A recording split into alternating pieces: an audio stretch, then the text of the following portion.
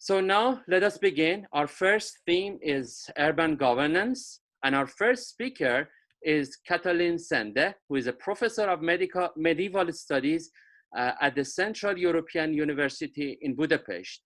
Katalin holds degrees in history, archaeology, and Latin philology. Her research concentrates on medieval towns in the Carpathian Basin and Central Europe with regard to society, demography, literacy, everyday life, and topography.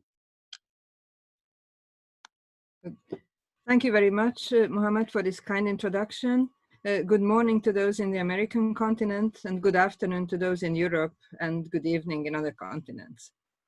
This presentation takes us to the eastern fringes of Central Europe, a region that has been, for the last couple of millennia, a crossroads between East and West, as well as North and South. The next slide, please. Next slide, please.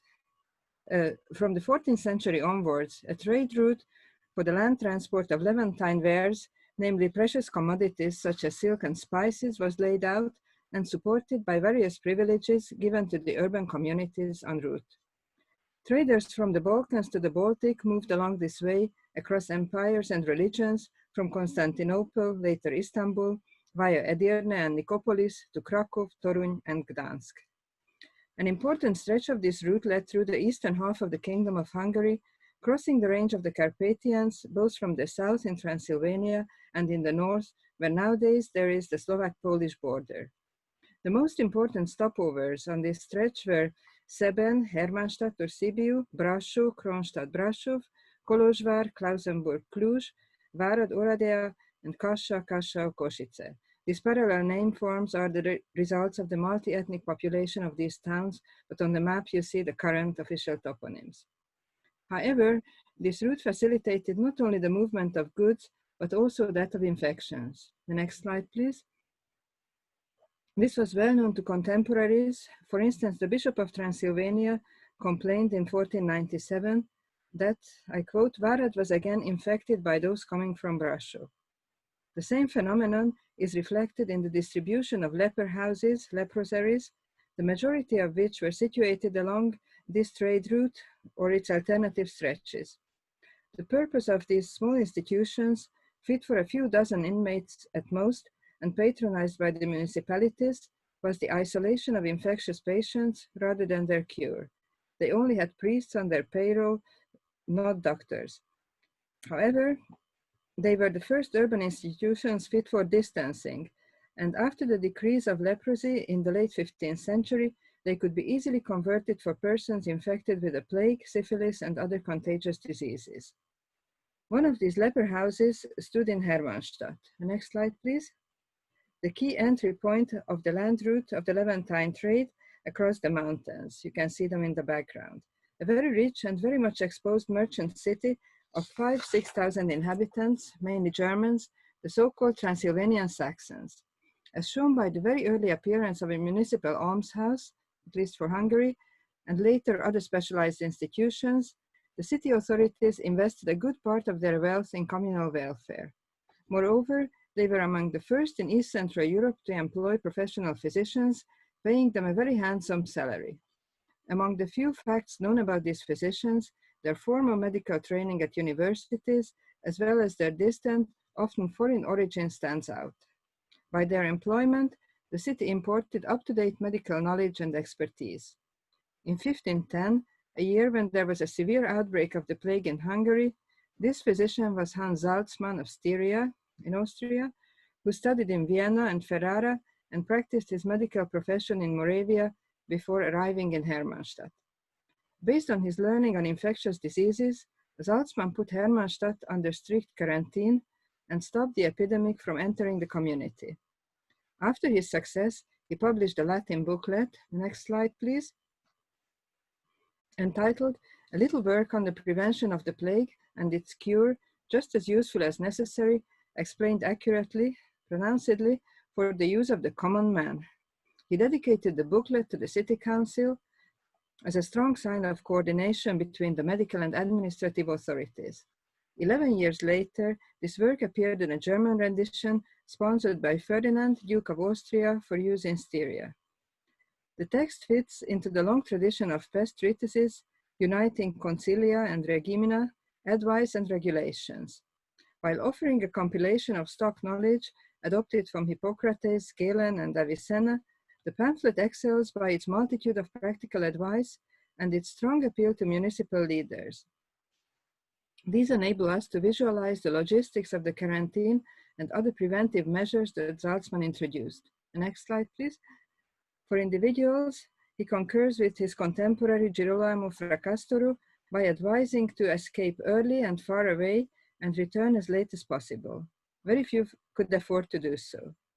For the community, however, the measures fit more realistically in the urban context. Since the contamination of air was identified as the main cause of the disease, sanitary measures appear most prominently. I quote, "Prudent leaders of cities must make sure that all the streets and houses are kept clean, the dung removed, slaughterhouses and shambles supplied with running water and cleaned daily, pigs kept far away from the city, altogether do away with foul air as much as possible." Rules for self-isolation, familiar to all of us from our recent experience, were introduced. Avoid the gathering of crowds, such as at annual fairs, weddings, baths, small churches, boys' schools, and general in congested and closed spaces, end quote. He also strictly ordered to deny entrance to anyone coming from infected places or who has been in touch with infected clothes or food, even if this may cause anger. Furthermore, and this indicates the conscious use of quarantine, he demanded, I quote, "Assign one or more houses at a safe distance from the city or town where those coming from infected places can stay and use fumigation to cleanse them and their clothes, and they can be let into the city after having stayed for 20 days in good air." Some of the conclusions are drawn by Saltzmann himself. The next slide, please. In his German pamphlet, he proudly announces that, I quote, "Having followed my advice, the largest city of Transylvania called Hermannstadt was completely saved. However, all other surrounding cities and market towns that did not stick to this regime were hit cruelly by the plague," end quote. In his preface to the city council, he also emphasized that Hermannstadt had to be saved so that it continued serving as the shield of Europe, protecting it from the imminent Ottoman threat, a statement cleverly mixing the justification of his harsh measures with flattery and the invocation of the leading ideology of the time. More broadly speaking, this case study testifies how health was becoming a public value and how public health was emerging on the agenda of local authorities. These changes took place in various parts of late medieval Europe, although at different paces, but always on the municipal level first and on that of the state only later, showing that urban communities, with new challenges arising, had to be at the forefront of developments. Merchant cities reaping the profits of long-distance trade needed to invest in the handling of adverse consequences. The most efficient reaction was to invest in the best expertise available at the time. Successful measures, in their turn, led to the strengthening of municipal authorities and ideally to the increased urbanization of the townscape with improved hygienic standards and increased attention to sanitary considerations. This procedure, however, could be easily reverted, and as cities were growing, fighting infections remained an increasing challenge.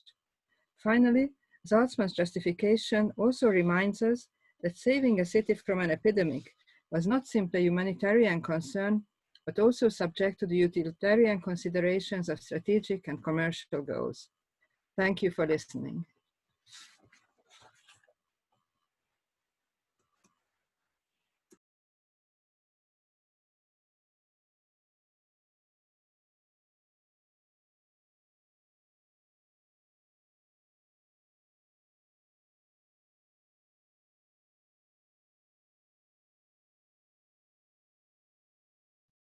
Thank you. Our next speaker is Mehrin Chidarazvi, who works for the Khalili Collections in London and is an assistant editor for the International Journal of Islamic Architecture. She earned her PhD in the history of art and archaeology from SOAS, the University of London. Her publications include journal articles and book chapters on the art, architecture, material culture, and urbanism of Mughal South Asia. Thank you very much for that kind introduction, Mohammed, and a huge thank you to you and Caitlin for organizing this symposium. Slide, please. The Mughal Empire, which encompassed much of the geographic area of South Asia, was one of the three Islamic empires of the early modern era, alongside the Safavids and the Ottomans. Across these empires, urban cosmopolitan centers and rural regions alike suffered from illness, disasters, and strife. Slide. This contribution will focus on how the Mughal Emperor Jahangir, who reigned from 1605 to 27, reacted and responded to occurrences of the plague in his empire. Restricting this talk to such instances was decided because the references being examined are from Jahangir's autobiographical memoirs, the Jahangirname, which immediately frames the outbreaks within the context of what the emperor himself considered important or of enough interest to note down, and how he personally reacted to these bouts of plague. It is evident that plague broke out in the Mughal Empire in 1615 and reoccurred during the cold season for the next 8 years. Jahangir only references 3 of these outbreaks, those in the cold seasons of 1615-16, 1617-18, and 1618-19. He remarks upon the virulent nature of the plague and examples of how it spread, either from human to human or between humans and animals, making it clear that the methods of contagion were something people were aware of. Beyond scant details of the epidemics and stories of their spread that Jahangir found of interest, more precise details of the responses to treating and containing outbreaks are lacking. Although Jahangir informs us at the beginning of his memoirs that one of his decrees on ascending to the throne was that hospitals be built in large cities, with physicians appointed to care for the sick, in his writings on the epidemics, there is no mention of hospitals in use, doctors being called upon, or strict rules put in place to control the spread of disease. Despite this, we're able to glean some information from his writings about urban interventions that were practiced and what, if any, governmental response was initiated. Slide. The first instance of plague mentioned in the Jahangirname in 1615-16 began in the sub-districts of the province of Lahore, before spreading to the city of Lahore. And from there it spread southeast, reaching Delhi and Agra and the surrounding regions, completely desolating the areas where it took hold. You can see in the map on the right that one of the main land routes of the empire was between Lahore and Delhi, and then on to Agra, which must have been key in the spread of disease. Next slide, please. The accompanying text to this painting of a royal procession on the move describes the imperial camp traveling between Lahore and Agra. Although, of course, the scale is not accurate, we're given a sense of the distance between villages and cities, as well as the density of the larger cities in comparison to the smaller towns and villages. From the Jahangirname, it is clear that once the plague took hold, it spread very quickly, and we can deduce that while the origins were the outlying districts of the Punjab, an explosion in the number of cases occurred once the plague caught hold in the provincial capital city of Lahore. Slide. The next mention of plague by Jahangir occurred in the cold season of 1617-18, this time in Kashmir. Copying into his memoirs a report on this outbreak, in addition to how deadly the plague had been and the symptoms of the victims, he relays that a fire happened to break out in the city ward where the illness had begun, causing 3,000 houses to burn. We can draw from this that the epidemic took such strong hold of the population, in part due to the density of the space of origin. There is nothing written to indicate that the fire was purposefully started in order to control the spread. Rather, a nod towards divine justice is given for its occurrence. But a corollary certainly existed, as after the fire had burned, there was a noted decrease in cases. Of the outbreaks Jahangir writes of in the Jahangirname, it is the last, that of 1618-19, which directly affected him. Next slide, please. In early 1618, Jahangir and his court left Malwa for the imperial capital city of Agra. They received word of the plague there when on the border with Gujarat, so Jahangir decided to instead head for the city of Ahmedabad and ensconced himself in the court in the palace there. He stayed in Ahmedabad for about 6 months before leaving for Agra in the beginning of September. In December, they reached the environs of the city of Fatehpur Sikri, which was approximately 24 miles from Agra. There they were informed that the plague was again resurgent in the imperial capital and its surrounds, so Jahangir decided to stay at Fethepur Sikri in the palace built there by his father until the plague was over. Jahangir's ability to establish himself in Ahmedabad and then at Fethepur Sikri on such short notice, and to have at each site a fully functioning government, exemplifies one of the key features of the Mughal court, that it was peripatetic and moved with the person of the emperor. Slide. As exemplified here in this audience scene, taking place within a tented enclosure, wherever Jahangir was, he had a fully functioning court with him, including, for example, all the accoutrements necessary to give audiences, create lavish palatial tented enclosures, account for ladies of the harem, and continue with the artistic production of the court. His response to the plague occurring in his desired destination of Agra was to merely choose elsewhere to establish his seat of government, all the while carrying on with his daily rituals, ceremonial activities, and running of the government. It might be asked how this was accomplished. Despite the entrenched system of provincial and local administrative governance, it was the Mughal emperor who made all the important decisions in the empire, no matter where he was. It was established practice that no important administrative decision would be taken without Jahangir being completely aware of it. As Jahangir himself writes, "In councils on state affairs and government, I usually act according to my own opinion and understanding." Next slide, please. While the plague had been resurgent in Agra and the areas surrounding it, it did not spread any further west than the village of Amanabad, approximately 5 miles from Fethepur Sikri. This is likely because the village and its surrounds had been completely abandoned, most probably due to the appearance of the plague there the preceding 2 years. We're never actually told that cities were closed off during the epidemics of plague in an attempt to arrest the spread of the disease. Jahangir does, however, make references to an official being stationed to guard Agra while he stayed at Fethepur Sikri, implying that there was regulation over who was permitted to enter and exit the city. It is clear, though, that movement of the elite did occur. Jahangir relates that his elderly mother, Mariam Zamani, came from Agra to Fethepur Sikri to pay her respects, as did another noble lady and 2 courtiers. These occurrences show us that those of elite status could move between Fethepur Sikri and Agra, where the plague was still active, without seemingly any ill outcomes. Whether this was also allowed of the less fortunately circumstanced, there is no word. It's unlikely, however, that there was no movement of the population in the rural areas. If nothing else, it would have been needed to maintain the necessary movement of goods and trade within the empire. We are also told that while at Fethepur Sikri, Jahangir and at times the women of the harem would undertake hunting expeditions, including to the vicinity of Amanabad, the village which had been the limit of the spread area of the plague. Next slide, please. Hunting was not merely a sporting activity for the Mughal rulers. It was tied up with the presentation of political and military strength by showing oneself to subjects of all classes.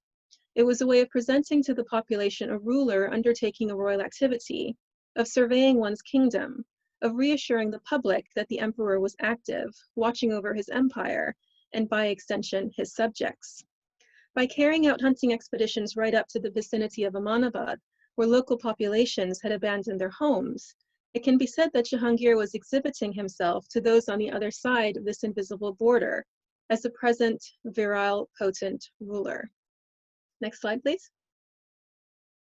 From the brief entries Jahangir writes on these 3 instances of epidemics in his empire, we're given information about the virulence of the plague, its transmission, repercussions for the general population, and the permitted movements of the elite classes. We're also informed that the functioning of the government never ceased during these times. Instead, it is made clear that the government continued to operate at full capacity, with Jahangir at the apex of the administrative structure, regardless of where he was, in a city or on the road, and that he was kept updated of the plague occurrences and their severity. In order for that to happen, continuous movement of his administrators, messengers, and underlings needed to occur unabated throughout his empire, which was indeed the case. Also necessary was that the theater of the emperor and his court continue as normal, projecting strength, competency, and control. Thank you very much.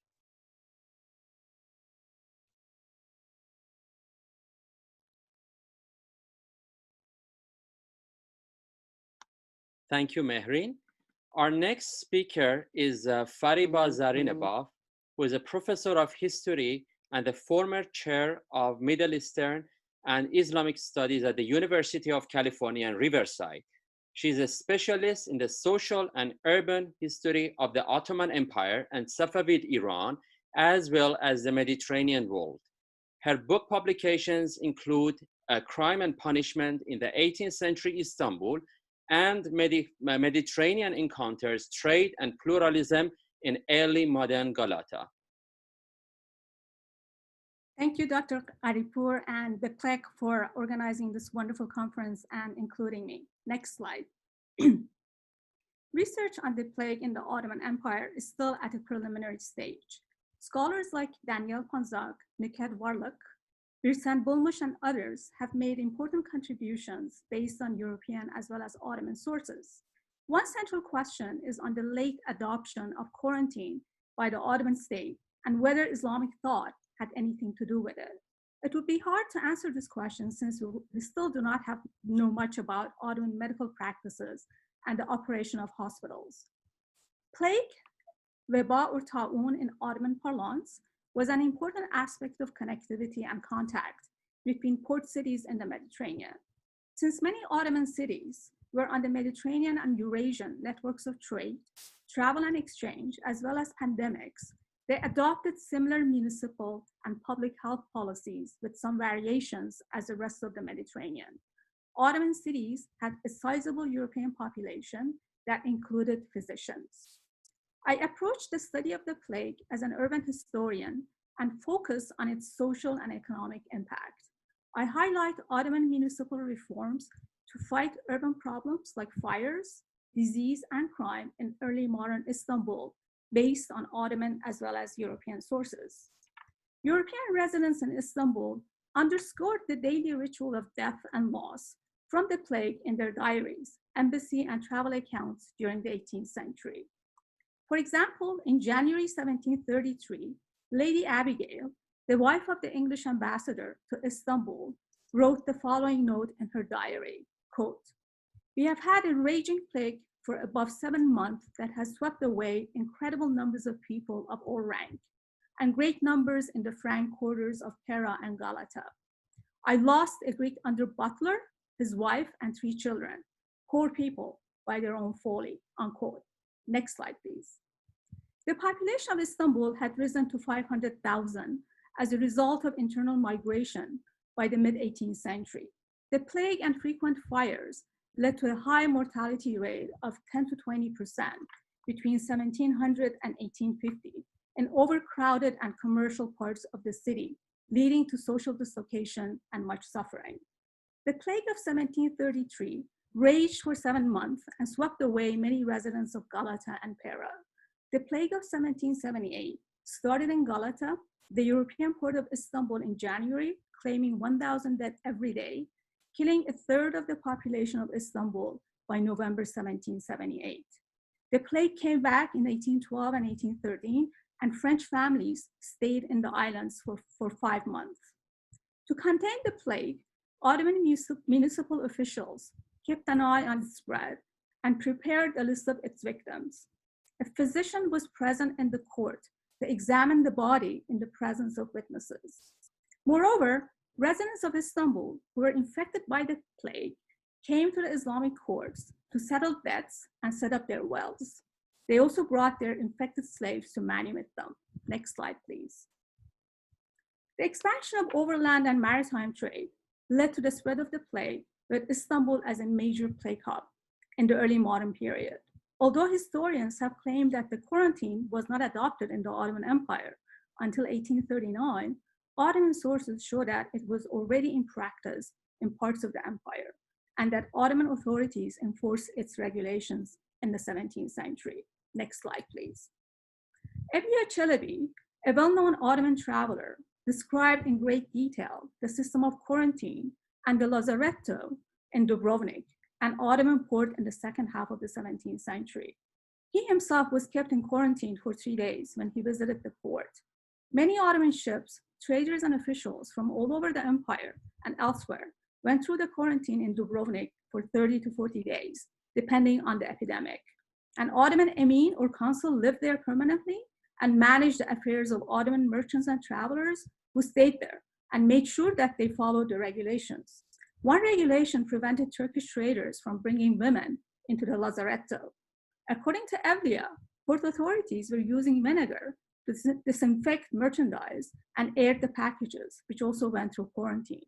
The Lazaretto had a han or a guest house and a garden where the residents could relax and get fresh air. In the early 18th century, Lady Mary Montagu, the wife of the English ambassador to the Ottoman Empire, observed the practice of inoculation by women for smallpox in the Ottoman Empire in 1718. She had her 5-year-old son, Edward, inoculated by an embassy surgeon in Istanbul in 1718, and later her daughter in 1721. She tried to introduce the practice in England, but the medical establishment resisted it initially. Next slide, please. Fleeing plague-ridden areas for the fear of contagion was another popular measure. During the plague as well as fire seasons, European communities and the Ottoman elite left the overcrowded and plague-ridden Galata and Istanbul inside the walls for their waterfront mansions and islands and villages along the Bosphorus from April to October. In Europe, the plague was seen as an Oriental disease and a symbol of Turkish decadence and despotism. The French government banned maritime trade with the Levant after the pandemic of 1720 in Marseille, which killed a quarter of the population for 3 years. It also ordered all ship captains to practice some sort of social distancing with Turkish sailors in Istanbul, which could lead to violence. Next slide, please. The state provided basic municipal services to improve health and well-being for the population. It built through the institution of Islamic charitable foundations or Waqf, hospitals, soup kitchens, public bathhouses, and public fountains to improve public health and hygiene. Istanbul had close to 200 public bathhouses or hammams in the mid-18th century. Sanitary measures in Istanbul included placing industries like slaughterhouses and tanneries outside the city walls, paving the streets, and organizing garbage collection. During the Festival of Sacrifice, community leaders were ordered not to dump the body parts of animals on the streets. Cemeteries were also moved to areas outside the city walls. However, the plague also caused disruption in trade and transportation, leading to shortages of foodstuff and basic goods. For example, during the pandemic of 1802, the price of soap, body shrouds, and tombstones skyrocketed, and the government had to place price ceilings and bans on the export of olive oil. Next slide. After the Big Plague of 1778, the government of Selim III tried to set up a Lazaretto in Istanbul, but due to French Revolution, Napoleon's invasion of Egypt, and the looming war, he was not successful. Sultan Mahmud II set up the Bureau of Sanitation in 1839. He established a network of quarantine stations in Istanbul and in major ports and border towns. Every station had a European doctor and a Turkish director. The Ottoman Empire developed its own urban solutions to overcome natural disasters and fight pandemics. These included the survey of public and commercial spaces, bans on migration, isolation, public sanitation, and hygiene measures. But some of these measures also strengthened the authority of the central government and created a surveillance regime to control urban life. In the long run, big pandemics led to big loss of life, economic decline, social dislocation, and great suffering. But they also led to modern reforms in medicine and healthcare, international collaboration, urban renewal, and the transformation of municipal governance. Thank you.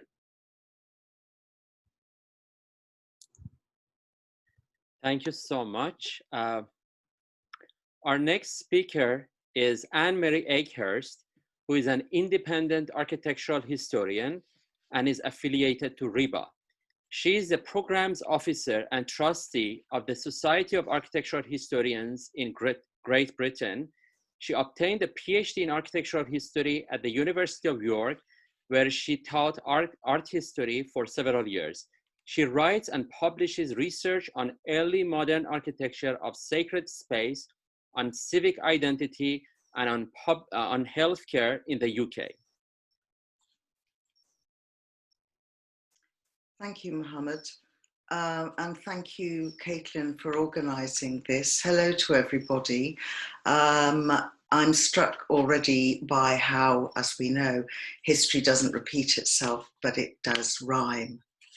First slide, please. This tale of two cities contrasts metropolitan London with England's ancient second city, York, tracing steps towards cholera eradication in Victorian Britain, ultimately arguing when this pandemic has subsided, authorities must invest in large-scale, long-term planning, the better to manage epidemic infectious disease. The medieval parish remained England's unit of administration until the 1830s, before which tensions between parish and civic interests confused management and governance. From 1831, England succumbed to the Asiatic cholera pandemic, transmitted through fecal contaminated foods and river water. Britain's boards of health followed the ancient miasma theory that disease was transmitted by miasmata, that's airborne particles from foul-smelling, dirty and decomposing matter. Anticipating epidemic, authorities ordered upholstery burnt, disinfection and airing. Cholera entered Britain in northeastern England and quickly spread to York, where the rivers were silted up with sewage and polluted with factory effluent upstream from the waterworks. Cholera victims came largely, though not exclusively, from flood-prone areas. John Snow, of whom more later, was born next to York's River and during 1832 encountered cholera as a medical student in Newcastle. Next slide, please. York took a short-term, literally parochial view of public health. Primed for the outbreak, York's Medical Society delivered lectures. The Board of Health levied a parish rate for whitewashing houses, removing detritus, and for medicines, nurses and attendants for a temporary cholera hospital. Cheaper than enlarging the county hospital fever ward, they rented an isolated house and identified a burial ground. But public health management was problematic. York lacked clear medical leadership. Cholera's cause and progress wasn't well understood. Opinion divided between miasma and contagion theories. Local partisanship stymied decision-making. There was a row about the burial ground and the controversial route taken towards it. The epidemic occurred amidst national hysteria surrounding resurrectionists focused on the execution of the murderer William Burke, who'd supplied anatomists with cadavers, so conspiracy theorists suspected York authorities of sacrificing poor people as corpses for dissection. The epidemic scale surprised authorities. The tiny cholera hospital was overwhelmed, requiring supplementary accommodation. So, despite preparations, 185 people died, mostly from riverside locations. Afterwards, the Board of Health was dissolved. Drains laid at the time were subsequently deemed cheap and insufficient. And the unanimous 1831 decision to build washhouses and public baths remained unexecuted over a decade later. Slide, please. 3 factors aligned to eradicate cholera in England: persuasive knowledge production, long-term, large-scale planning, and generous resources. Firstly, John, now Dr. Snow, was practicing in London and observing cholera outbreaks. He related infected households to contaminated water, arguing ingestion was the cause, and acted to prevent it. Since his pamphlet on the mode of communication of cholera received little interest, he innovatively allied statistical analysis with cartography, permitting visualization of evidence supporting his theory. Together with William Farr, he studied 300,000 London deaths, demonstrating that using the Southwark and Vauxhall Water Company made cholera deaths 14 times more likely than water from the Lambeth Water Company that withdrew its water miles upstream of the polluted city. Snow's work is a microcosm of the debates over sanitation, because his negotiations, as now, involved balancing public health against personal liberty. Secondly, Building on Edwin Chadwick's political pressure for sanitary reform and escaping short-term parish planning, the Metropolitan Board of Works was established as England's first citywide body that contemplated integrated sanitation. Its chief engineer, appointed in 1856, was the brilliant surveyor Joseph Bazalgette. Thirdly, extensive change needs political will committed to releasing immense resources galvanised by crisis and self-interest. The contaminated Thames issued a suffocating stench from overflowing cesspits and night soil, exacerbated by water closets disgorging into the main drain that received the waste of 2 million people. The 1858 Great Stink was a call to action. Like 9/11 to the US government in the context of terrorist threat, it concentrated minds wonderfully in the shiny new riverside Palace of Westminster, arguing immediate action was essential. Bazalgette displayed immense breadth of vision. For 2 decades, from 1858, he, his assistants and navvies built more than 1,500 miles of sewers, costing £6.5 million, Britain's largest single peacetime expenditure to that date. Slide, please. Despite being founded on incomplete epidemiology, by removing contamination, one consequence was to eliminate cholera from the water system and reduce the incidence of typhus and typhoid. Additionally, Bazalgette's cathedral thinking overspecified sewers' diameter, future-proofing by allowing for increase in population density and cathedrals to sanitation, such as Crossness Pumping Station you see here. In 2016, a pandemic simulation demonstrated that Britain would be quickly overwhelmed amid a shortage of critical care beds, ward capacity and PPE. But, preoccupied with Brexit, the government suppressed Operation Cygnus's findings.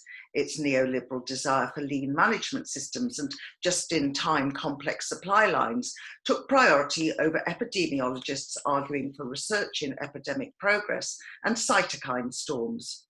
Rich governments hubristically assumed epidemics were history. But knowing the past helps imagine alternative futures. While provincial York's lack of effective, unambiguous command and control management generated confusion and anxiety, local Boy Snow's mapping demonstrated local knowledge and hotspot location is key to epidemic control. London shows eradication requires resilient cathedral thinking, projecting architectural and infrastructural interventions, investing in heroic, decades-long projects, tolerating flexibility and redundancy. Like the Great Stink, COVID's wake-up call triggered London's 4,000-bed Nightingale Field Hospital that demonstrates ambitious planning where the will exists. But it's temporary, unlike Bazalgette's sewers. Rather than upcoming elections shaping policy, politicians must embrace this cultural moment and remember public health is government's principal responsibility. In the COVID fog of confusion, with a myriad of unknowns, Conservative government should become creative and interventionist, supporting Grand Projet alongside the catalytic philanthropy of, say, the Bill and Melinda Gates Foundation. In the world of architecture, I'm imagining eye-wateringly expensive interventions like reimagining hospital architecture and HEPA ventilation in the light of aerosol transmission, radically upgrading England's 19th century railways nationally, permitting socially distanced travel across Britain and Europe, researching the therapeutic effects of intensive care gardens as called for by COVID survivor, the 83-year-old explorer Robin Hanbury-Tennyson after his 7-week hospitalisation, and crucially, redressing health inequalities from decades of entrenched austerity by building high-quality social housing, because, as with cholera, poor people are more vulnerable to infective disease. Thank you.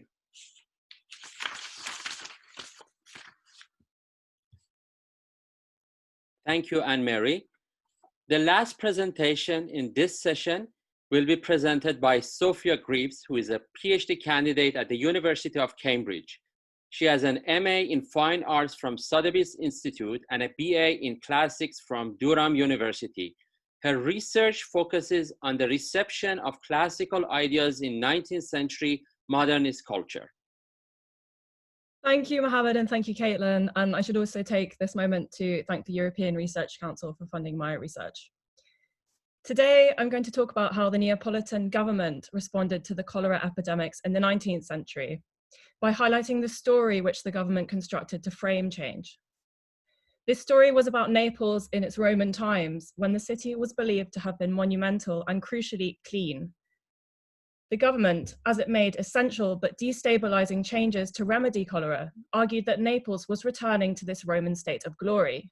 But the main point I want to make today is that the Roman past was a story told by the elites, which reinforced a class divide whilst leaving major underlying issues unresolved.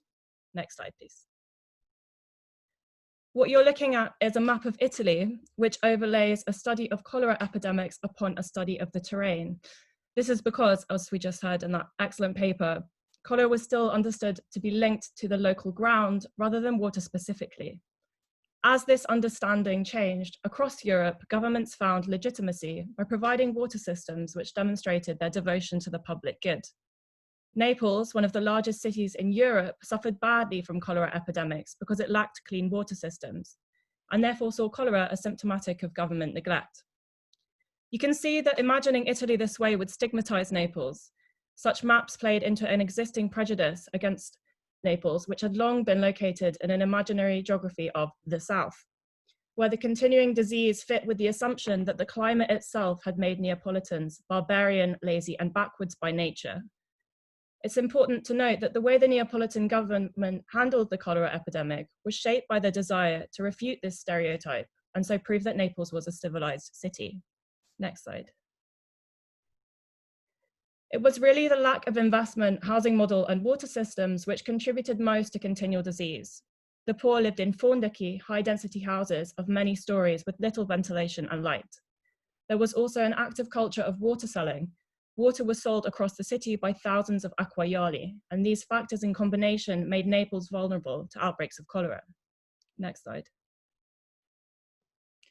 As was shown in such press coverage, the epidemic in 1884 devastated the city to such an extent that the state declared its first ever sanitation campaign, the Risanamento di Napoli, which was to be the hygienic redemption of the city. And this pursued two major objectives: clean water systems and housing redevelopment. Next slide. Because it was believed that demolishing diseased contexts would eliminate disease, it is clear that the poor would be worst affected by these changes. The government asked for their patience. Even if this planning would take 10 years, it would protect them against disease in the future. Many fountains were demolished and inhabitants were obligated by law to use the new water, the Sereno water specifically.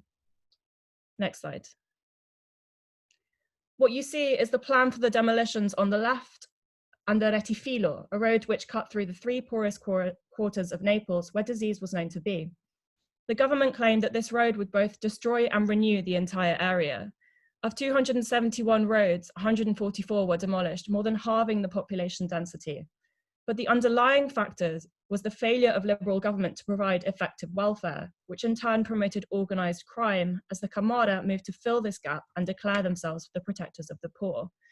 Their power was indeed consolidated by the political factions which engaged their services to compete rather than addressing public health concerns.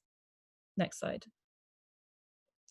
To frame these changes, the government declared a narrative that Naples was being restored to its Roman glory. Here, the Romans played two roles. First, the Romans provided a means of understanding change because a knowledge of microbiology was only just forming. Nobody would contest that the Romans represented something more desirable than Naples had in present day. The Roman city, with its aqueducts, baths, and monuments, was commonly understood to be clean and civilized. This therefore justified the transformation of a city whose culture and character had long been shaped by its layout and water practices. Second, Rome had just been made capital of Italy.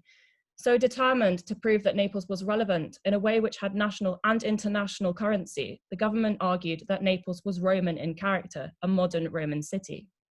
Next slide. It did so by building an aqueduct and restoring the ancient water source, the Serino, drunk by the Romans themselves, chosen above others because ancient sources recommended and guaranteed its purity. It was imbued with talismanic properties, I quote, "The redemption of Naples will be the pure and clear waters of Serino. It will cook vegetables perfectly, prevent digestive problems, and best of all, produce good and healthy women." Next slide. Songs celebrated that with this truly Roman work, cholera had been conquered. The Neapolitans were told that they would be safe because good government had returned the city to the health that it last enjoyed in the Roman period. But this was a myth. Next slide. Thank you. Rather than focusing on public health, these infrastructures were a commercial venture. The demolitions replaced popular housing with a boulevard for an emerging middle class, as promoted on such postcards, whilst the poor were squashed behind facades to make way for elite promenades by the sea. The aqueduct was particularly disastrous because it was built badly by a foreign company, and the leaky pipes caused houses to collapse and sink, putting people's lives at risk. Next slide. The left-wing newspaper Il Napoli documented this closely, recording how the population, seeing their liberties infringed, distrusted the safety of the Serino water, claiming it was poisoned, and began to break into the old fountains, thereby increasing infection. The inquest found that neither the demolitions nor the clean water had done anything to improve conditions for the most needy.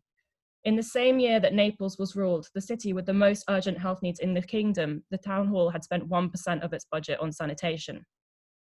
Next slide. Clearly, this inquest was not put to a practical use because another epidemic occurred in 1910, described by Frank Snowden as the epidemic that disappeared. Confronted with the evidence that it had done nothing to solve underlying problems and was therefore morally responsible for more death, the government denied that cholera had returned to protect civic pride, trade interests, and guarantee its own stability. Adopting a martial rhetoric, the hygiene minister argued that Naples had achieved a great sanitary victory against cholera. In his official history of the episode, he compared the infrastructure in ancient and modern Naples to prove that the government had been prepared, claiming the aqueduct and the sewage systems had saved the city. I quote, "The structure completed by the Romans with a powerful and magnificent mindset, with marvelous wisdom and technique, with a truly Latin firmness, has been built today in a manner worthy of ancient men. We can guarantee that the Serino, which saved the ancient city from so many epidemics, has done so again." Final slide, please. In sum, this episode contains several points of relevance for the COVID era. First, we should question whether disease is really the great leveler. Disease affects vulnerable populations who are neglected and often stigmatized. This is therefore an opportunity to respond to disease with lasting impact by addressing underlying issues. Second, the narratives which a society promotes to protect its sense of stability can be detrimental. These are distractions which appeal to the imagination rather than proposing real reform. Here, an easy comparison would be the miracle cure COVID organics in Madagascar, or the glorification of the medic as a soldier. Finally, I think Naples raises important questions about the practical use of an inquest. What struck me about Naples is the disconnect between the immediacy of the press coverage and the official study. The latter was costly and ineffective. Why, when a volume of well-researched social commentary has already made clear the major reasons why this pandemic happened, do we need an inquest? Perhaps there is a way to use this research rather than conducting a separate inquest which uses valuable resources and gives results in 2 years' time. If we do not want the same situation to recur and undermine the trust held between the citizens and the government as it did in Naples, we really need to address lack of preparation and infrastructural investment. Thank you.